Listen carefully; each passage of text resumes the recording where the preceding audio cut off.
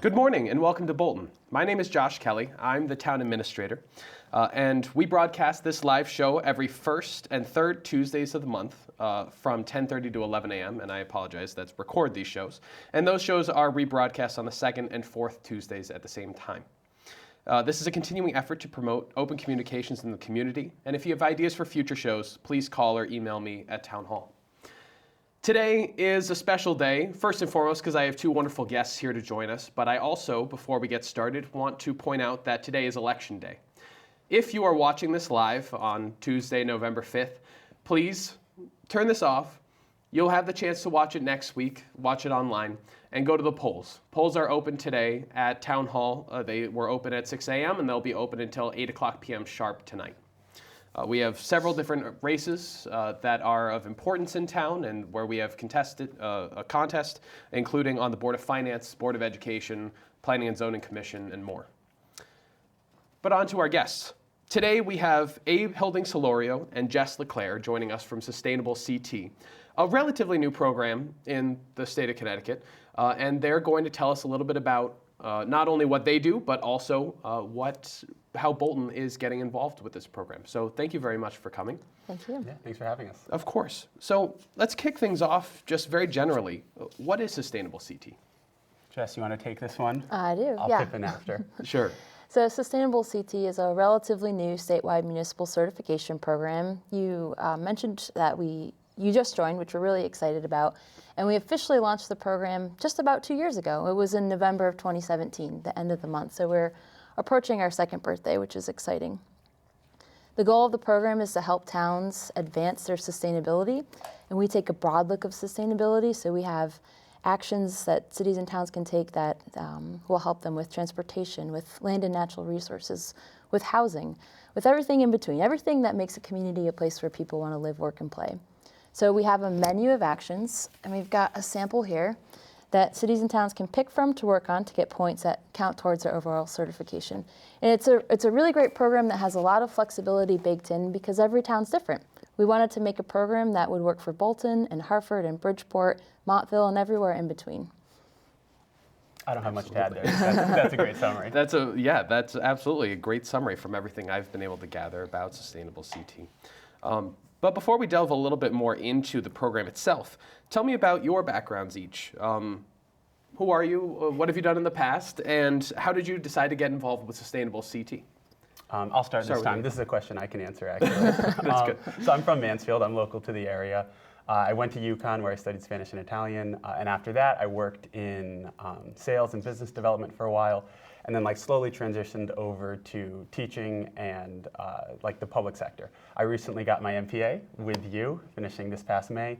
And I've been working at the Access Agency in Willimantic doing program coordination, outreach, and teaching classes. And that ended, finished with the MPA, and I started looking for jobs. And I wanted to do something that stayed in the public sector but had a tangible benefit. I've always been really environmentally conscious. I grew up in a house that was very cold in the winter and very hot in the summer, and at least my parents said that was for environmental reasons.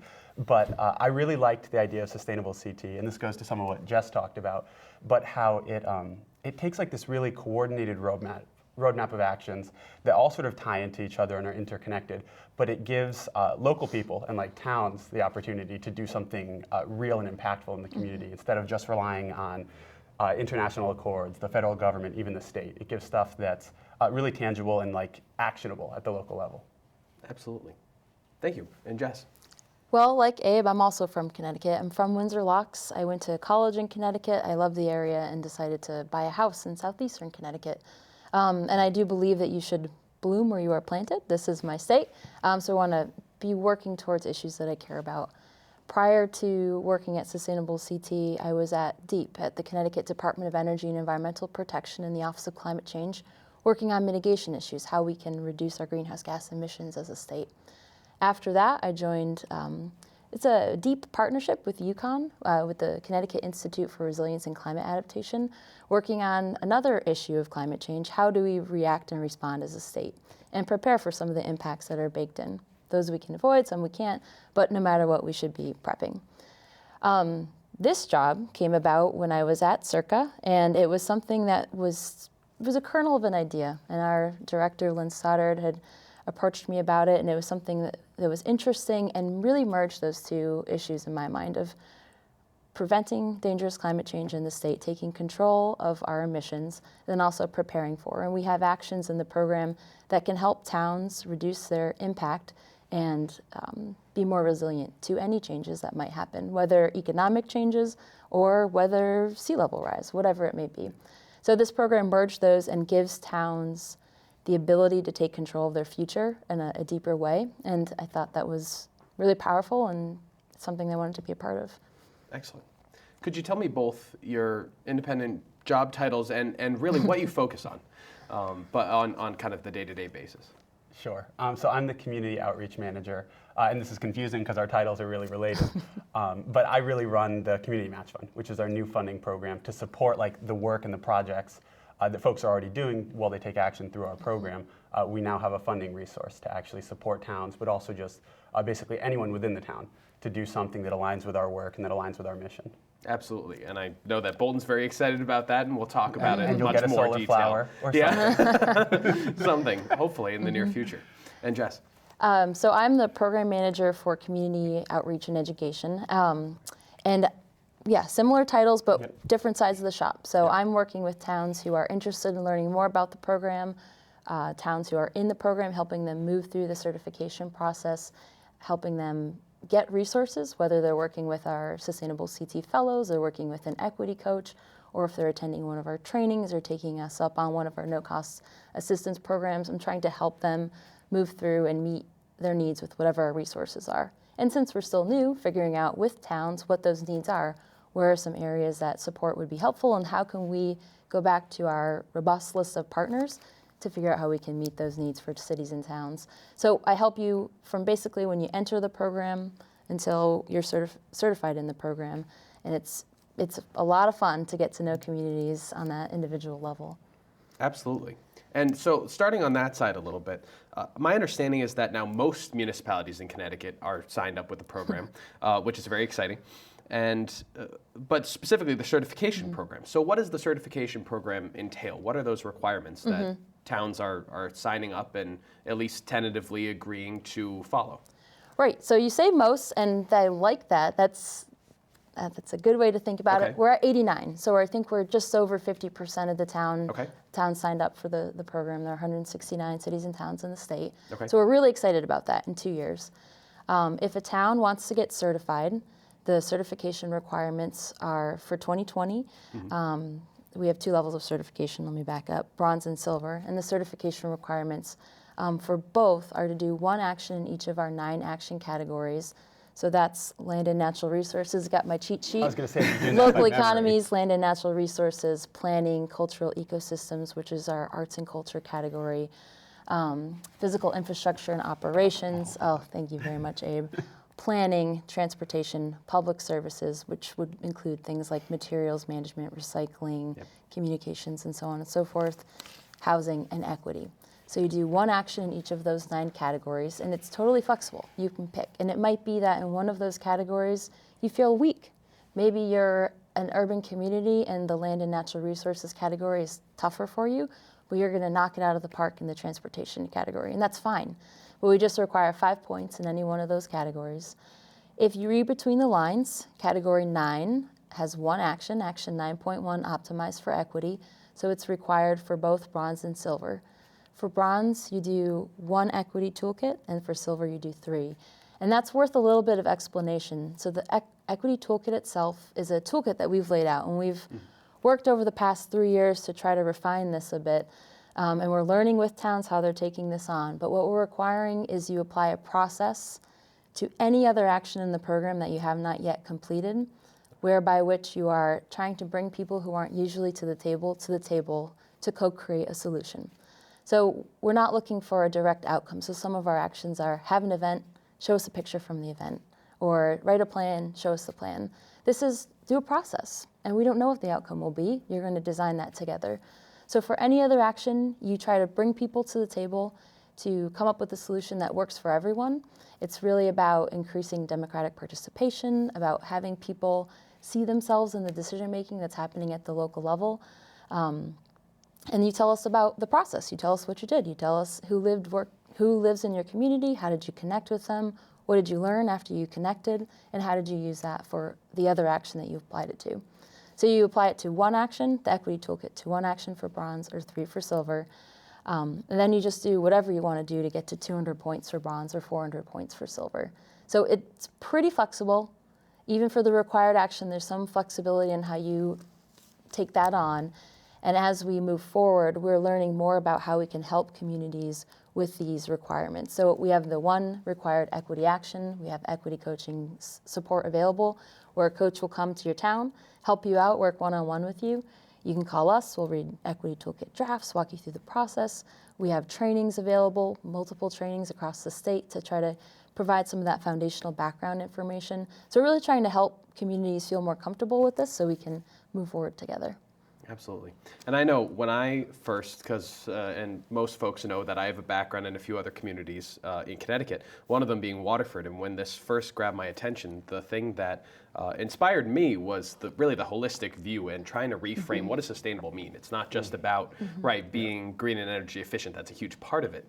But I think the equity toolkit really helps to drive home the fact that there's a lot more to a sustainable community and making sure that we continue to grow and thrive.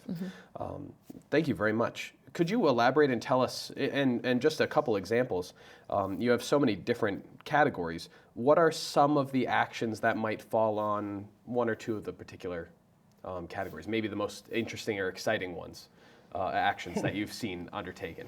I'll actually take a couple of these. Sure. And my overview of it won't be as inclusive. But so like through the match fund, I hear about projects that people are doing. And one of the things that we have to do with the match fund is make sure, okay, does this project align very broadly with Sustainable CT's work and our mission, but does it also align more specifically with an action?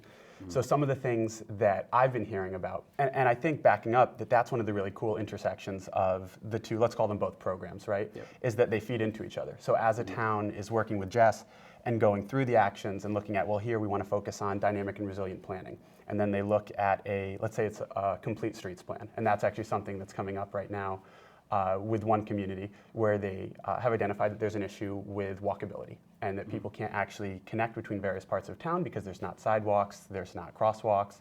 They need traffic calming measures and things like that. So as they're working through the certification program, they're sort of discovering community match fund projects that they might want to take on and actually work on to improve their community.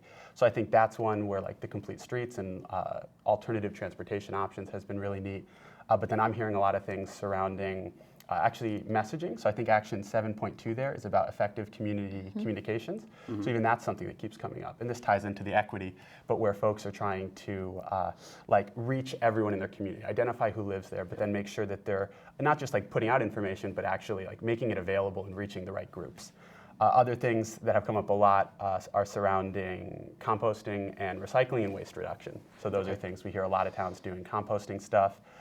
There's been some interesting things surrounding recycling, and then a food waste diversion program that I'll talk about a little more later. But that's really interesting.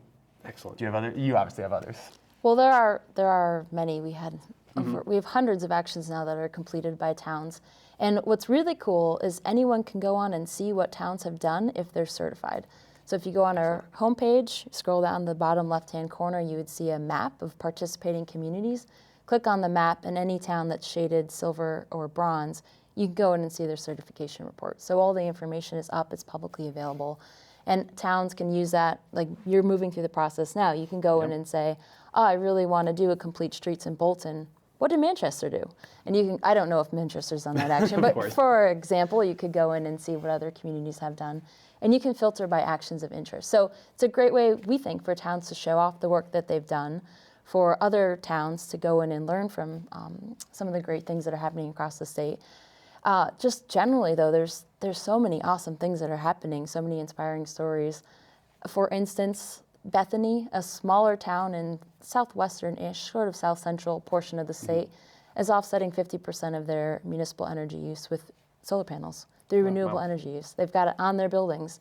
That's awesome. That's crazy. They've maxed out the category or the action on points. They're getting 50 points for that. So 50 of 200 is pretty significant. So that's a great showing from Bethany on that this is an issue they care about and they're working on. Your neighbors in Coventry are doing really amazing stuff. I'll talk about energy again, since we just had a workshop about energy, so it's fresh on my mind. But they've gone through weatherized and made energy efficiency improvements on municipal buildings to reduce the energy demand. They're offsetting that now with renewable energy. They've brought in more efficient sources of energy, lower emissions, so now they're moving to natural gas.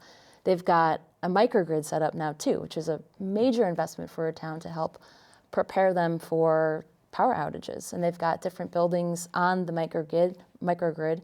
I think a senior housing complex, the town hall, possibly some others, definitely some others. So they're preparing for future impacts and also really saving a lot of money. So that's pretty innovative and awesome. Mansfield has done some really great stuff. Thinking about how they've applied their equity toolkit, one of their three, so they're a silver certified community, one of their three equity toolkit applications was working with the community to figure out how they can improve ridership on the bus. So they've got the bus with the Wyndham Regional Transit District, and they wanted to improve ridership. They have a really amazing transit center, the Hans Zimmerman Transit Center, that has the regional bus, it has Peter Pan bus lines, it has Yukon Transit, it has an EV charging station, it's got bike racks, and it has lockers and showers and whatever you need. So it's a great spot, and they want to, make the community more aware of that and figure out how they can improve the services so that people will want to use it. So they went out, they worked with the transit district to go to different events to talk about the bus line and figure out what works for you, what are some of the barriers, why aren't you using this, what would make you want to use this, is this a valuable service or not, just to figure out what was what. So they did events, they went out door to door, they had a survey to try to reach people in different ways, really to think outside the box and how they can connect with people. They figured out that the buses weren't running enough, frequently enough, that some people didn't have all the information that they needed to feel comfortable riding the bus, and a couple of other items that now they've built into their work plan for 2020. So because of what they heard from people, because of their really robust outreach to talk to people who they don't usually talk to, they've got a work plan in place now to make changes to respond to those needs. So hopefully it'll be a service that's beneficial to everyone and really is something that Mansfield can continue to move and progress with. So lots of great examples. Anyone can go onto our website and see different things that communities have done if they've achieved certification. Absolutely. So it's very clear that this is a comprehensive roadmap that different communities can take to kind of achieve a higher level of sustainability. And you've listed a few different items, reasons why a community might want to join. Are there any more that you want to share with folks in the audience? I know that there are, we cover, I believe, 7 different towns here at CVC, and there are at least a couple towns that aren't yet signed up for your program. So why get involved? So I'll give like the really easy cursory answer and then let Jess get into the meat of it.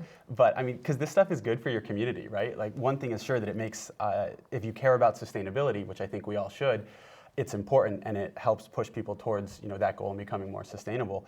But I mean, these things touch on lots of different aspects beyond that, right? I would think that just about anybody could find something built into this program that they care about. There's stuff surrounding affordable housing. There's things on healthy and sustainable food systems, arts and culture, local economies, right? So it's not just like a roadmap of actions to do and then say, hey, look, I did 100 actions, I earned 200 points, and now I'm certified. Like getting certified has tangible benefits for your community. And like as you do this, you're doing things that, I mean, this is before I got to Sustainable CT, obviously, but the program was put together with working groups with every town in the state, with different levels of government. So, I mean, and Jess spoke about this before, but this is relevant to every town, and this is work that towns are interested in, have identified as things that they want to be doing.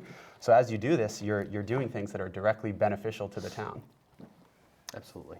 Yeah. And my understanding is also that you mentioned very briefly in passing that there are some resources available. I know that Waterford has had the chance to work with interns in the past to kind of help put some of this information together. Is that something that will continue to be an available resource for other communities? Absolutely. So each summer we have fellows, Sustainable CT fellows at the Councils of Governments offices, and they're in place on board to help out with all of the communities in that region. So you had 2 at Southeastern Connecticut COG helping Waterford, and they're there full time to do whatever it is you need. And we have heard that it's very helpful for towns because you've got a lot on your plate. And we know that, we recognize that, and we can help with some of the paperwork or figuring out where you might have some points already scored, because we do give credit for past action, or just helping you brainstorm and have an extra set of hands. So they will be here in the future, and we hope to continue to build out that program because it's been very helpful for towns. Absolutely. So we've heard quite a bit about the community match a grant opportunity. So tell us a little bit more about that. First and foremost, you have to be a registered sustainable CT town in order to take advantage of the opportunity. But what does it entail? Well, so that's the first thing. You just have to be registered. It doesn't have to be that your town's achieved bronze or silver certification. So as long as you're working with us through the program, your town's eligible for the match fund. And I mean, essentially what it is a really low barrier, fast and flexible funding resource to support projects and the work that you see in that roadmap there. It's not like a traditional grant program in that there's no application deadlines, there's no lengthy or formal application that you need to submit. There's minimal post-award reporting requirements, and we built it out that way because we wanted this to be something that was accessible to communities and that could be used when there were projects, when there was a need in the moment and momentum surrounding things.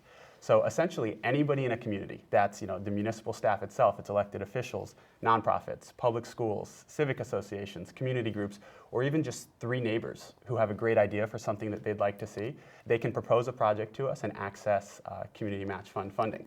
The way it works is that we provide a dollar-for-dollar match to support projects, and we match everything that project organizers fundraise for their projects. And the funding can come from a variety of sources, right? We have an interesting sort of innovative funding mechanism where we've partnered with IOBY. It's a nonprofit, civic-oriented crowdfunding platform. So similar to GoFundMe or any of those other groups.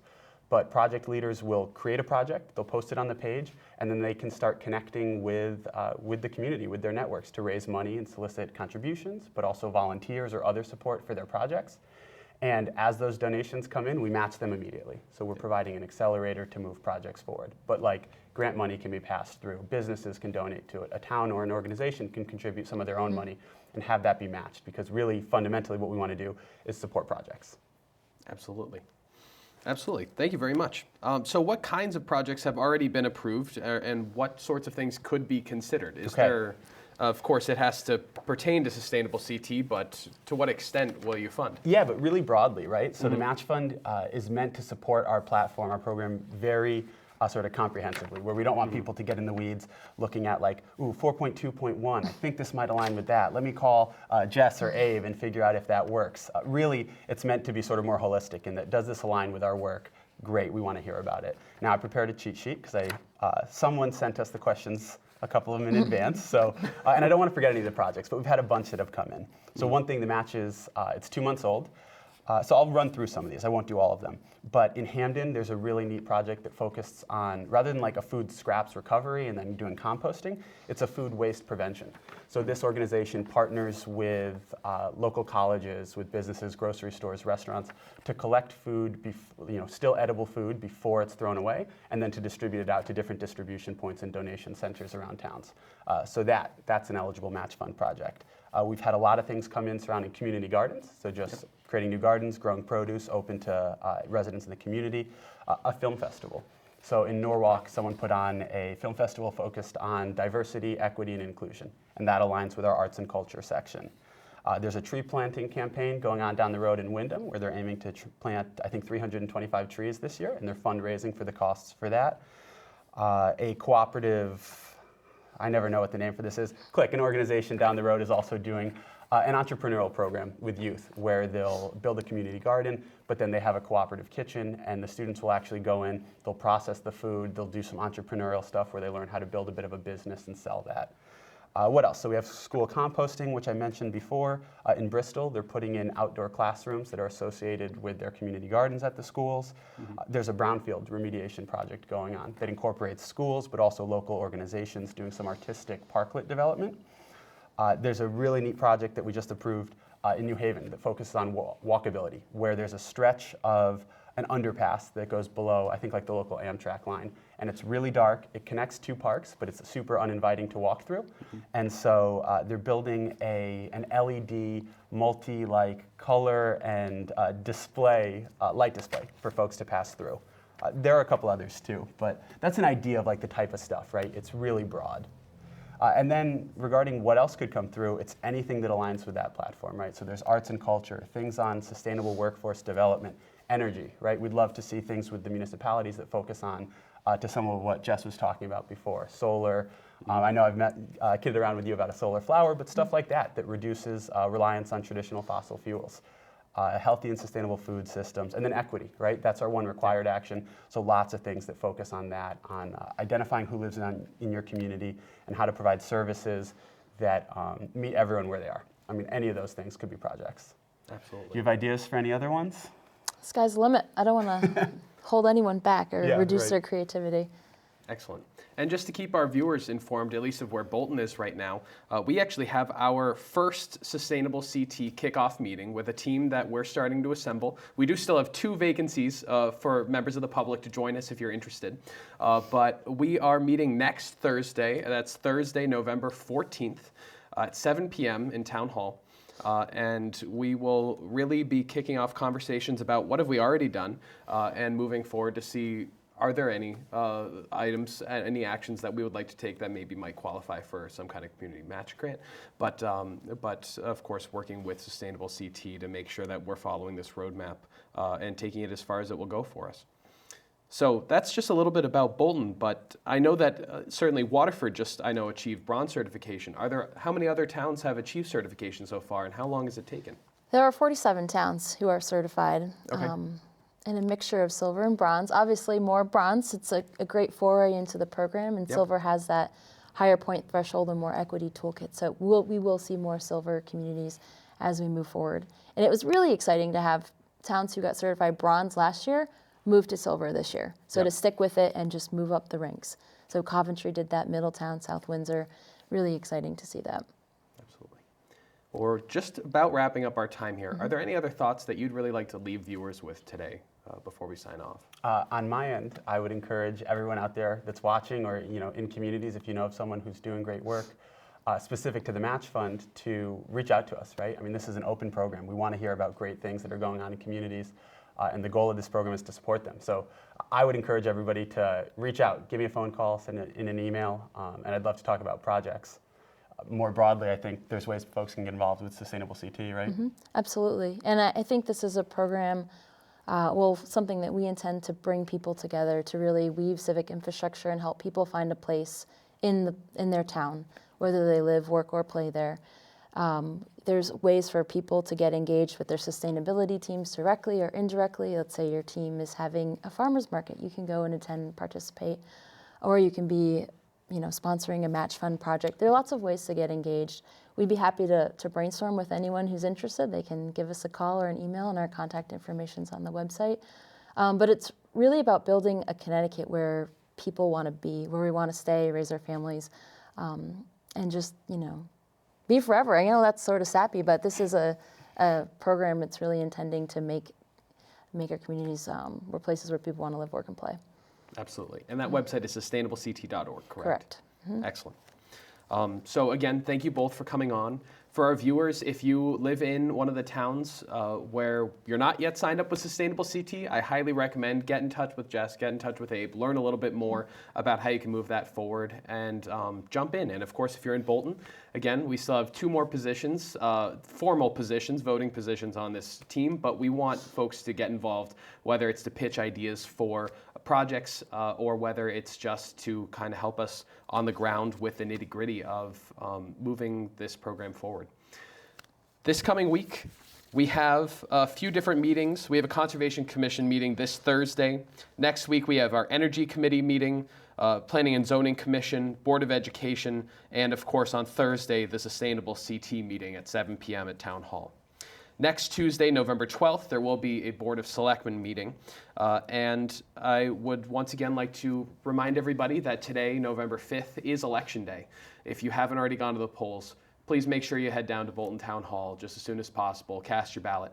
And my understanding is that there may be food available right outside the doors. So thank you very much for tuning in. Thank you very much for coming on the show. It's been a pleasure, and we'll see you next time.